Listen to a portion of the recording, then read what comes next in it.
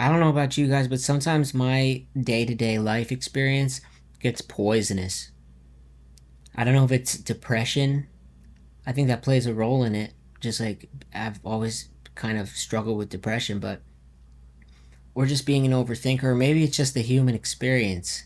I don't really know. It used to happen to me a lot. I used to have this shit that I would call like 0 days when nothing takes place. Where like I don't get out of bed till like 5 p.m. and I'm just like depressed and I just like keep the lights off and I don't go outside. Usually, honestly, I'll eat so much that I'll like throw up. And it's like a 0 day. It's like it's actually it's worse than zero. It's like negatives. It's in the negative numbers. That hasn't happened a lot lately because I've been in control of it. And I want to tell you like how I've been in control of it and how I notice when I'm not. And look, I mean, when you want to change in a way that's positive in your life because you have goals or you're just unhappy, um, for a lot of us, we have these like negative vibes that just kind of want to be there. They just want to stay there and always be there. It's like they've been repeated in our lives to the point where it just becomes like the default vibe is this like negativity and this not feeling good about ourselves. And what I've noticed is that we can identify what's going on in our lives that make this negativity like come and reappear. You can figure it out because when you feel depressed or you feel that poison in your life, you just have to start saying to yourself, like, what changed?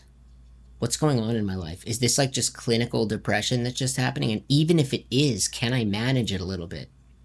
Or you can also notice positives. You can also notice like when you're feeling good, you can ask yourself the opposite question. Like, what's making me feel good? What have I been doing? What's been changing in my life? Because it's not always obvious. It might be like a combination of little things that you didn't even know were making you feel good. Because let's say I figure out that waking up earlier is something that's been going on for the last like 6 days. And I've been like pretty happy for like 5, 6 days. And I'm like, oh, I know. Waking up earlier is something that I've been doing for the last like 6 days. It's not making me feel happier in the moment, but I started doing that like 5, 6 days ago, and I've been feeling good for like 5, 6 days. There might be something related here. Again, first step when you're feeling poisonous, notice the shit. That's the first thing that needs to change. You gotta, on that day, ask yourself, what's been going on in my life? What hasn't been going on in my life? And think about it. Same with when you're feeling good, right? You're feeling happy for a couple of days. Then you gotta remember to ask yourself what's been going on. Not necessarily why am I happy, but what's been going on that's different in my life. Waking up earlier might be contributing to it. It's easier for me to frame that as make sure I wake up before 9 a.m. instead of stop going to sleep so late. The stop is what's harder for me. Now, if I make sure that I wake up at 9 a.m., I'm going to inevitably stop going to sleep so late. But it's the one where I tell myself stop XYZ that it gets a little harder for me. Maybe it works the opposite for you. But I noticed recently that getting in shape is something that's been going on and I've been feeling like happy.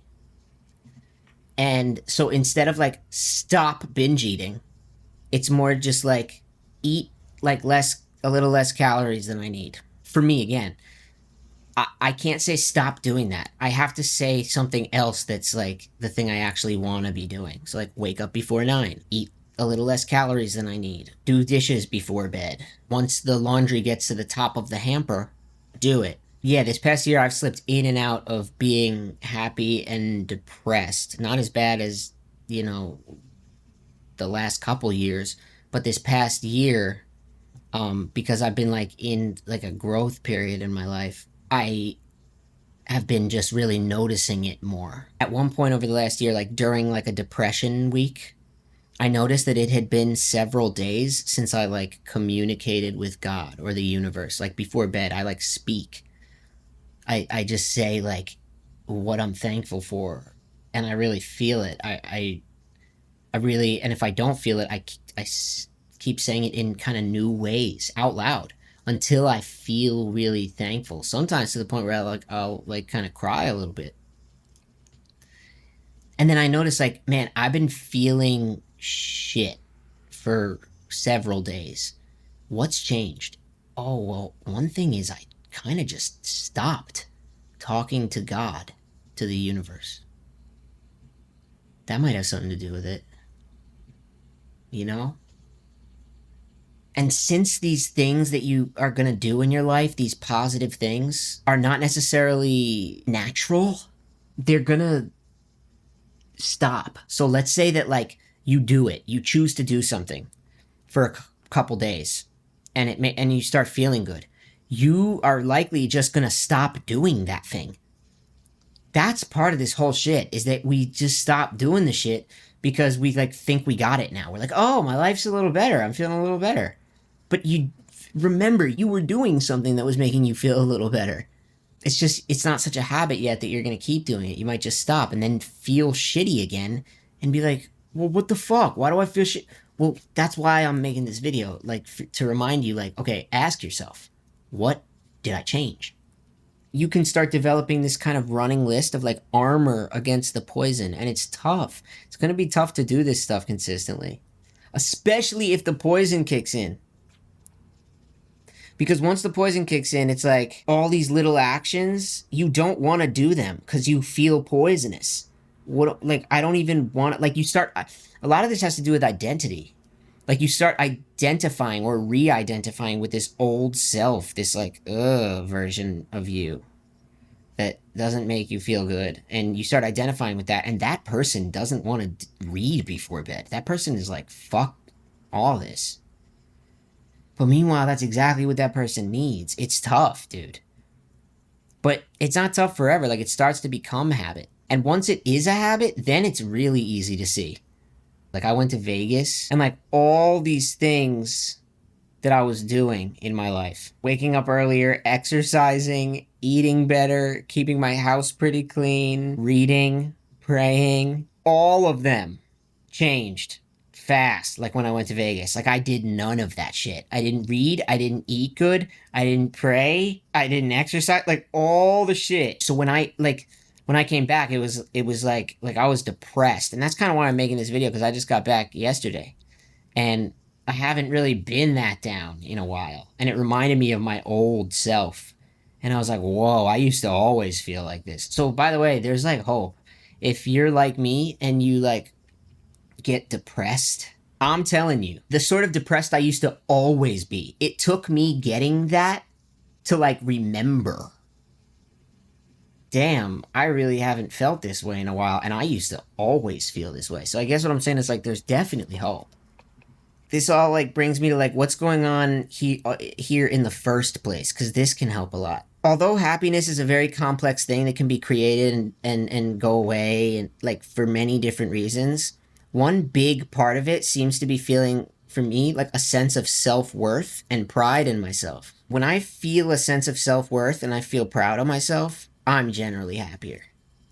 It's not that I'm not going to be unhappy sometimes, but like I'm just generally happier when I feel those things. So it's like, okay, then what makes a person feel proud of themselves or feel a sense of self-worth? This is the real key of the whole video, really. It's alignment, internally and externally.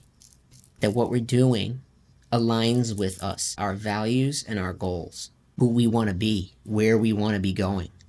This is really the reason behind why having certain things put in place to make you feel good works, and why not doing those things fucks shit up. Is because if you really look behind the curtain at why it fucks shit up or why something works, it's because the thing that fucks shit up is actively in direct conflict with our values and our goals, whether we know them or not. All the negative things move us away from our values and our goals and the version of ourselves we want to be. And all of the positive things move us toward that shit. And those negatives, they bring you back to feeling like that old version of yourself, which was like the very version that made you want to start making changes in the first place. And it really lowers your sense of self-worth. Like, okay, I haven't been feeling happy for a couple of days. What's something that's been different? Oh, well, I've been waking up really late. Oh, well, I get it. The reason behind why waking up late is making me feel bad is because it's in direct conflict with this value I have of like productivity and feeling like a strong member of society who like gets up early and just, like identity wise, like that's who I want to be. And goal wise, the productivity that getting up early gives me and what it represents goal wise, it's like it goes directly toward the type of goals I want to achieve. Same with like smoking. Like, okay, so obviously smoking, if you're trying not to smoke and then you do smoke, you don't feel good about yourself. But like, why? That's what I'm saying here in this part of this ending of this video. Like, why is smoking not making you feel good? Well, it's not physical right now. Like, I'm not waking up coughing. I'm not, like, it's not physical. Like, so why? Well, because of the values and the goals thing. I have a value of wanting to be like a young, older person. Like when I'm old, truly old, because I just turned 34, but when I'm truly old, 85, like I want to seem younger. And dude, smoking is not going to help with that. I'm not going to seem younger. I'm going to look older. Like that right there, right there. I don't even need to say anymore. I'm just going to look old as fuck. And maybe an even bigger one, like a particular value of mine is like, I want to be a person who, no, I am a person who is grateful for this life. And there's direct conflict when I'm feeling and saying out loud, like, thank you so much. Not for necessarily particular life conditions, although I'm very thankful for them, that I have a healthy family, that I'm financially okay, that like I'm very like thankful for these things. But that's not even really what I mean when I say it. What I'm saying is like, thank you for the opportunity to even experience life as a human, consciousness. Thank you for letting me have this. I don't know what we are, if we're something before this or if we're going to be something after this, death or before birth or whatever. Like, I don't know. But what I do know is thank you for giving me the opportunity to experience this human version of life. This is so awesome, dude. That we get to do this. It's very, very fucking cool and fun and magical and beyond comprehension. So, it stands to reason that when I smoke, it makes me feel bad because it's in direct conflict with the fact that I'm thankful for life. To smoke is like, to even do that, knowing what it does to someone's body and how cancer and all that, and to even do that is like, I'm not thankful, dude. Oh, so obviously that's a huge reason for why I feel bad when I smoke, because it's not me. I value this life. So how am I going to do action? That's what I mean about like internal and external alignment. I want to be a person who's organized. So when my house is all messy, obviously that's why a messy house makes me feel bad. It's all at odds with itself. I want to be intelligent. I want to be leveling up my intelligence at all times for the rest of my life. So when I'm not reading, obviously that's why that upsets me, makes me feel a little poisonous. That's what all this shit is. It's about feeling at odds with yourself or at peace with yourself. Aligned. I say all this to say, I guess the big takeaway is just, it's not going to be easy to change things in your life when you realize you want to. And it's not going to be easy to keep those things changed. But I understand the poison, and if you're experiencing it, I want you to know it's possible to get through. You will. I think this tactic will help a lot. Start taking note of when you felt happy for the last couple days and what changed. Same for when you have been feeling poisonous. Ask yourself, okay? This is as much for me as it is for you, by the way. Love you guys.